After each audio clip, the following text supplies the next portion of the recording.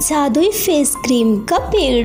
कुछ समय पहले एक खूबसूरत सा परियों का देश बसा हुआ था जिसका नाम था परीलोक। रिया परी अपनी छोटी बहन माया के साथ रहती थी।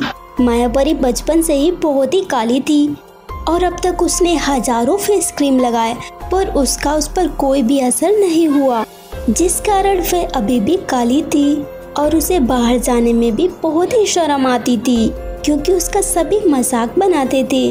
दीदी अब मार्केट जा रही है ना, आपसे मुझे कुछ थोड़ा सामान मंगाना है, पर तू भी तो मेरे साथ चल सकती है ना। नहीं, मैं नहीं आ सकती। आप तो जानती है ना, इस बदसूरत चेहरे की वजह से सभी मुझसे नफरत करते हैं और मेरा मजाक भी उड़ाते हैं, इसीलिए मैं घर से बाहर नहीं निकल सकती। जब तक हमारे साथ माँ थी सब कुछ ठीक चल रहा था, उनके जाते ही कुछ भी अच्छा नहीं हो रहा। तू चिंता मत कर, जल्दी ही सब ठीक हो जाएगा और मुझे विश्वास है एक न एक दिन तेरा चेहरा बहुत ही खूबसूरत हो जाएगा। तुझे जो भी चाहिए मुझे बता दे, मैं मार्केट से ले आऊंगी। एक दिन वे दोनों खेत पर काम कर रही थी, तब भी उन्हें एक पौधा दिखाई देता है। ये पौधा तो बाकी पौधों से बिल्कुल अलग लग रहा है और इसमें से तो रोशनी भी निकल रही है। हाँ, ये तो सच में अलग लग रहा है। तभी अचानक वह पौधा एक विशाल पौधे का रूप ले लेता है और उसमें ढेर सारी फेस क्रीम लगी हुई थी। ये सब क्या हो रहा है? ये पौधा इतना बड़ा कैसे हो गया और इसमें तो फेस क्रीम भी लगी हुई है। कहीं ये पौधा जादुई तो नहीं? हाँ, मैं जादुई पौधा हूँ और तुम्हारी मदद करने के लिए आया हूँ। क्या कहा? मेरी मदद करने के लिए? पर कैसे? क्योंकि मैं एक जादुई पौधा हूँ, इसीलिए मुझे पता है कि तुम्हारे काले चेहरे की वजह से तुम बहुत ही परेशान हो, पर तुम इसमें से एक फेस क्रीम ले लो जिसके लगाते ही तुम बहुत ही ज्यादा खूबसूरत हो जाओगी। क्या कहा? सच में ऐसा हो सकता है क्या? हाँ बिल्कुल, कोशिश करके देख लो।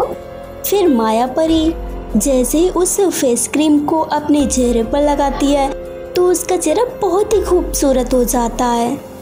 मुझे तो यकीन ही नहीं हो रहा कि मैं इतनी ज्यादा खूबसूरत दिख रही हूँ। आपका बहुत बहुत धन्यवाद, मैं आपका ये एहसान कभी नहीं भूलूंगी। अब तुम्हारे खूबसूरत चेहरे के साथ तुम्हारे अंदर कुछ जादुई शक्तियाँ भी आ चुकी हैं, इसलिए अब तुम अपने मन में कुछ भी सोचोगी तो वह पूरा हो जाएगा। ये सुनकर दोनों बहुत ही ज्यादा खुश हो जाती हैं। सो फ्रेंड्स, अगर आपको ये कहानी अच्छी लगी हो तो वीडियो को लाइक कीजिए, चैनल को सब्सक्राइब कीजिए और हमें कमेंट करके जरूर बताएं कि आपको कहानी कैसी लगी।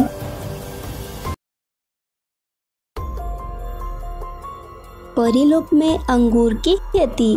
परीलोक में त्रिशा परी एक छोटी सी गांव में अपनी छोटी बहन माया परी के साथ रहती थी। उनके मम्मी पापा की मौत हो चुकी थी और अब उनके पास खाने तक के पैसे नहीं थे, तो त्रिशा परी रानी परी के महल में काम करने लगती है, जिससे उसे कुछ ज्यादा पैसे नहीं मिल पाते थे। एक दिन वह पृथ्वीलोक पर रानी परी के बताए हुए किसी काम से गई हुई थी। बहुत भूख लगी है, कुछ खाना पड़ेगा। अभी तो मेरे पास पैसे भी नहीं है और रानी परी का काम भी पूरा करना है, जिसमें अभी काफी वक्त लगने वाला है। अरे बेटा, तुम देख क्या रही हो? तुम्हें अंगूर खाने हैं। तो इनका नाम अंगूर है, पर दादी मेरे पास पैसे नहीं है। कोई बात नहीं बेटा, तुम ऐसे ही खा सकती हो, अगली बार जब आना तब पैसे दे देना। आपका बहुत बहुत धन्यवाद दादी। इसके बाद त्रिशा परी अंगूर खाने लगती है। उसे अंगूर बहुत ही ज्यादा पसंद आते हैं। अगर मैं ये अंगूर परीलोक में बेचूंगी तो मुझे लगता है सबको ये अंगूर बहुत ही ज्यादा पसंद आएंगे। इसके बाद त्रिशा परी उन दादी से अंगूर के बारे में सारी जानकारी लेने के बाद परीलोक में अंगूर उगाने लगती है। दीदी, अभी तो इनमें अंगूर लगे भी नहीं है। जिस तरह से आपने बताया था कि अंगूर इतने ज्यादा स्वादिष्ट होते हैं, वो याद करके मैं तो वेट भी नहीं कर पा रही हूँ। मेरा बहुत ही ज्यादा मन है इन्हें खाने का। फिर कुछ ही दिनों में उन पौधों में अंगूर आ चुके थे। दीदी, ये अंगूर तो कितने स्वादिष्ट हैं, ये तो मैंने पहले कभी भी नहीं खाए। इसके बाद त्रिशा परी उन अंगूरों को बेचना शुरू कर देती है और परीलोक की सभी परियों को भी वह अंगूर बहुत ही ज्यादा पसंद आते हैं। साथ ही साथ त्रिशा परी रानी परी के यहाँ काम करना भी छोड़ देती है और सिर्फ अंगूर बेचने पर ही ध्यान देने लगती है। धीरे धीरे उसका काम अच्छे से चलने लगता है। जब रानी परी को यह बात पता चलती है तो एक दिन वह त्रिशा परी को महल में बुलाती है। मैंने सुना तुमने यहाँ काम छोड़ दिया और तुम अंगूर बेचती हो। दरअसल रानी परी, मुझे यहाँ काम करने में कोई प्रॉब्लम नहीं है, पर यहाँ जितने पैसे मिलते हैं उससे हमारा कर्ज नहीं चल सकता और इसीलिए अब मैं अंगूर बेचती हूँ, जिससे हमें ज्यादा पैसे मिल जाते हैं। ठीक है, फिर तुम अंगूर बेचो, मुझे कोई प्रॉब्लम नहीं है। असल में मुझे ध्यान देना चाहिए था, रानी परी होने के नाते मुझे ख्याल रखना चाहिए था कि मेरी प्रजा को कभी कोई तकलीफ ना हो। पर अगर तुम मुझे ये सब पहले बताती तो मैं तुम्हें डबल पैसे देती। पर आगे से मैं सभी गरीबों का अच्छे से ध्यान रखूंगी। मैं देखूंगी कि कभी कोई गरीब भूखा न रहे। और तुम भी मेरे लिए कभी कभी अंगूर लाओगी ना? जी रानी परी, इसमें भी कोई कहने की बात है, मैं आपके लिए अंगूर जरूर लाया करूँगी। आप तो सच में बहुत अच्छी है। इसके बाद त्रिशा परी खुशी से अंगूर बेचने लगती है। सो फ्रेंड्स, अगर आपको ये कहानी अच्छी लगी हो तो वीडियो को लाइक कीजिए, चैनल को सब्सक्राइब कीजिए और हमें कमेंट करके ज़रूर बताएं कि आपको कहानी कैसी लगी।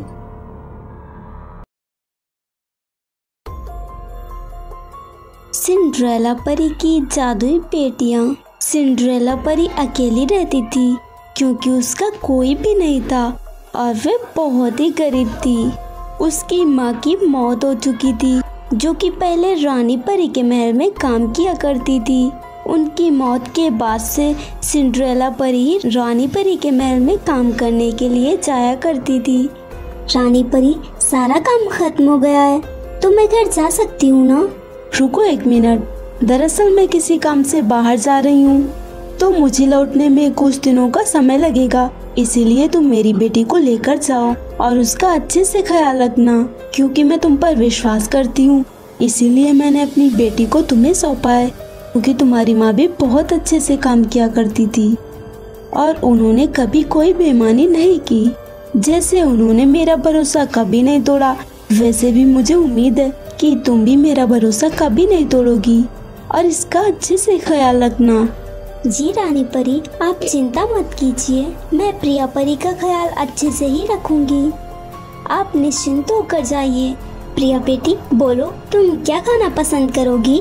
मैं कुछ भी नहीं खाऊंगी क्योंकि मुझे भूख नहीं लगी है और मैं चाहती हूँ कि आप मेरे साथ खेलें। पर अभी मेरे पास ढेर सारे काम है।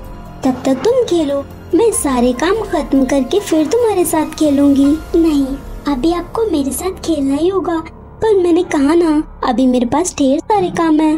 अगर आप मेरे साथ नहीं खेलेंगी तो मैं सारी बात रानी माँ को बताऊंगी। नहीं, ऐसा मत करना। ठीक है, चलो फुटबॉल खेलते हैं। फिर वे दोनों फुटबॉल खेलने लगती हैं। उस फुटबॉल को छत में उलझा देती है। आखिरकार अब मैं अपना काम कर सकती हूँ। बेटा, बॉल तो ऊपर ही रह गई, तो अभी मैं जाकर सारे काम कर लेती हूँ, बाद में खेलेंगे। आपने ये सब जानबूझकर किया है ना? पर तुम्हें ये सब कैसे पता चला? मुझे सब पता है, क्योंकि मेरे पास जादुई शक्तियाँ हैं और मैं कुछ भी कर सकती हूँ। क्या कहा? जादुई शक्तियाँ? क्या रानी परी को ये बात पता है? नहीं, माँ को कुछ भी नहीं पता है। ये सारी शक्तियाँ मेरे पास कुछ समय पहले ही आई हैं। ठीक है फिर। इसके बाद सिंड्रेला प्रिया परी का कुछ दिनों तक बहुत ही अच्छे से ख्याल रख रही थी। कुछ दिन बीत जाने के बाद जब रानी परी वापस आ जाती हैं तो प्रिया परी, अब तुम्हारी माँ आ चुकी है, तो अब तुम्हें अपने घर महल में चलना होगा। नहीं, मुझे यहीं रहना है क्योंकि मुझे यहाँ अच्छा लगता है। पर महल में तो कोई भी मेरे साथ खेलने के लिए भी नहीं है। नहीं, ये नहीं हो सकता, तुम्हें अपने घर जाना ही होगा। ठीक है फिर, तुमने इतने दिन मेरा ख्याल रखा, इसीलिए ये लो इतना सोना चांदी। मुझे पता है तुम बहुत गरीब हो, इसीलिए इतने सोने चांदी के साथ अब तुम काफी अमीर हो जाओगी। ये देखकर सिंड्रेला परी बहुत ही खुश होती है और प्रिया परी को लेकर महल में पहुंच जाती है। साथ ही साथ वह जादुई शक्तियों के बारे में रानी परी को भी सारी बातें बताती है। माँ, मुझे इनके साथ रहने में अच्छा लगता है, तो क्या मैं कभी कभी इनके घर पे जा सकती हूँ? ठीक है फिर, मैंने सोच लिया है, आपसे तुम हर रोज कुछ घंटों के लिए सिंड्रेला परी के साथ खेलने के लिए उनके घर पे जाओगी और इसके लिए सिंड्रेला परी को अलग से पैसे मिलेंगे। ये सुनकर सिंड्रेला परी बहुत ही ज्यादा खुश होती है। सो फ्रेंड्स, अगर आपको ये कहानी अच्छी लगी हो तो वीडियो को लाइक कीजिए, चैनल को सब्सक्राइब कीजिए और हमें कमेंट करके ज़रूर बताएं कि आपको कहानी कैसी लगी। परी और ज़ॉम्बी की शादी। सनाया परी अपनी माँ और छोटी बहन के साथ रहती थी। वहीं परी लोग के पास में ही एक गुफा थी जिसमें एक ज़ॉम्बी रहता था। परी लोग के लोगों को ये बात पता चली तो उन्होंने गुफा के बाहर एक बड़ा सा पत्थर रख दिया ताकि वे ज़ॉम्बी गुफा से बाहर ना आ सके। पर सनाया परी को इस बारे में कुछ भी पता नहीं था। एक दिन वह उस गुफा के पास से होकर गुजर रही थी, तभी उसे उस गुफा से कुछ अजीब सी आवाज सुनाई देती है। ये आवाज इस गुफा से कैसे आ रही है? गुफा तो बंद है, फिर अंदर कौन हो सकता है? इसे खोलकर देखती हूँ। फिर वह किसी तरह से उस पत्थर को हटाती है। ये तो कितनी अंधेरी गुफा है, अगर इसके अंदर कोई जानवर हुआ तो, पर देखना तो पड़ेगा ही। फिर सनाया परी उस गुफा के अंदर कदम रखती है। धीरे धीरे वह आगे बढ़ती है, तभी उसे वह ज़ॉम्बी दिखाई देता है। ज़ॉम्बी? अगर इसने मुझे काट लिया तो मैं भी एक ज़ॉम्बी बन जाऊंगी। मुझे किसी भी तरह यहाँ से बाहर निकलना ही होगा। फिर सनाया परी वहाँ से जाने लगती है। तभी अचानक उस ज़ॉम्बी की नज़र सनाया परी पर पड़ चुकी थी। कहाँ जा रही है? रुक। मुझे छोड़ दो प्लीज, मुझे जाने दो। मैं एक गरीब परिवार से हूँ। अगर तुमने मुझे ज़ॉम्बी बना दिया तो मेरी माँ और बहन का क्या होगा? प्लीज मुझे जाने दो। पर तुम बोल कैसे सकते हो? ज़ॉम्बी तो नहीं बोल सकते। मैं तुझे जाने दूंगा, उसके लिए मेरी एक शर्त है। ठीक है, तुम जैसा कहोगे मैं वैसा ही करूँगी। आज के बाद हर रोज तू मेरे लिए खाना लेकर आएगी, और अगर परिलोक में किसी को भी इस बारे में कुछ बताया ना तो देख लेना मैं क्या करता हूँ। ठीक है, मैं ऐसा ही करूँगी। फिर सनाया परी वहाँ से चली जाती है और अपने घर जाकर अपनी माँ को सारी बात बताती है। अच्छा हुआ तू बच गई, अब तू वापस वहाँ कभी मत जाना। माँ, आप ये क्या कह रही हैं? मैंने उसे कहा था कि मैं उसके लिए रोज खाना लेकर जाऊंगी। मैं अपना वादा कैसे तोड़ सकती हूँ? आप तो जानती है ना कि एक बार मैं जो कहती हूँ वो ही करती हूँ। तू पागल तो नहीं हो गई? तुझे वहाँ से छूटने के बाद दूसरी जिंदगी मिल गई है और तू वहाँ फिर से मौत के मुंह में जाने की बात कर रही है। मैं खाना लेकर जरूर जाऊंगी। फिर सनाया परी दूसरे दिन खाना लेकर जाती है। तू तो वापस आ गई। मुझे तो लगा था कि तू डर के मारे कभी वापस ही नहीं आएगी। मैं एक बार जो कहती हूँ वही करती हूँ, इसीलिए मैं ये खाना लेकर आई हूँ। तू जैसी अच्छी परी तो मैंने कभी नहीं देखी, इसीलिए मैं तुझे कुछ बताना चाहता हूँ। शायद उस बारे में तू मेरी कुछ मदद कर पाए। मदद? पर कैसी मदद? दरअसल मैं कोई ज़ॉम्बी नहीं बल्कि एक इंसान हूँ, और किसी श्राप की वजह से मैं ज़ॉम्बी बन गया। अगर मैं किसी परी से शादी करता हूँ तो मैं वापस इंसान बन जाऊंगा। इसीलिए क्या तुम मुझसे शादी करोगी? पर मैं तुम्हारी बातों पर यकीन कैसे करूँ कि तुम सच ही बोल रहे हो? मैं जो भी कह रहा हूँ वो सच है, तुम यकीन करो या फिर ना करो। ठीक है, फिर मैं तुम्हारी बातों पर यकीन करती हूँ, इसीलिए मैं शादी के लिए तैयार हूँ। फिर ज़ॉम्बी सनाया परी से शादी कर लेता है। तभी अचानक वह एक इंसान के रूप में बदल जाता है और सनाया परी को धन्यवाद देता है। साथ ही साथ वह हमेशा उसके साथ रहता है। सो फ्रेंड्स, अगर आपको ये कहानी अच्छी लगी हो तो वीडियो को लाइक कीजिए, चैनल को सब्सक्राइब कीजिए और हमें कमेंट करके ज़रूर बताएं कि आपको कहानी कैसी लगी।